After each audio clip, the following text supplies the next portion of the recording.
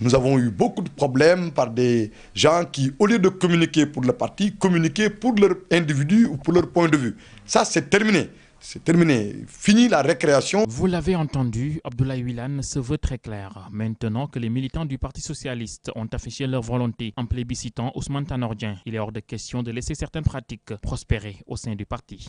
Nous sommes en démocratie, les gens sont libres. Mais comme je vous l'ai dit, une des conclusions majeures du parti à l'occasion du congrès, c'est que nous ne tolérerons plus les phénomènes qui nous ont plombé notre élan, qui ont plombé l'élan du Parti socialiste. Nous allons veiller à ce qu'il y ait une discipline de parti, que la ligne du parti soit respectée. À chaque fois qu'un débat est ouvert, chacun donne son point de vue, mais lorsqu'un débat est clos, sanctionné par des décisions et une prise de position, il faut que les gens le respectent. Fort de plus de 95% des voix du parti, le secrétaire général élu n'en néglige pas pour autant la partie restante. Réunifier et consolider, deux mots qui trouvent une place considérable dans les nouvelles orientations politiques de Ousmane Tanor Dieng. Mandat a été donné au nouveau secrétaire général, dont la légitimité maintenant est incontestable pour 4 ans.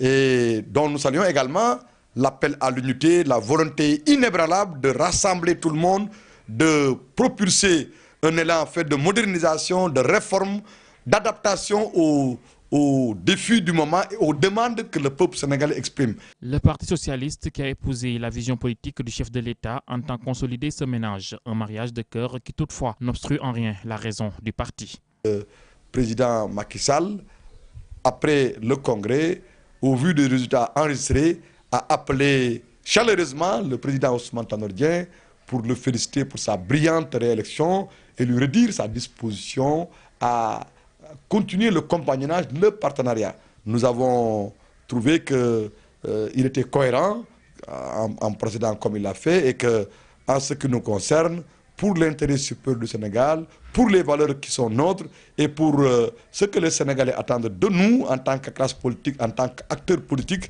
nous ne serons jamais défaillants. Revenant au congrès qui s'était ouvert samedi dernier, le porte-parole du parti a regretté les gros mots de la patronne des femmes du Parti socialiste. Abdoulaye Wilane a demandé pardon au peuple sénégalais. Pour rappel, Aminata Mbengue Ndiaye, qui se plaignait de la distribution de bonbons qui perturbe le déroulement du congrès, a répandu des insultes à l'endroit des distributeurs, mais elle ignorait que le micro était encore ouvert.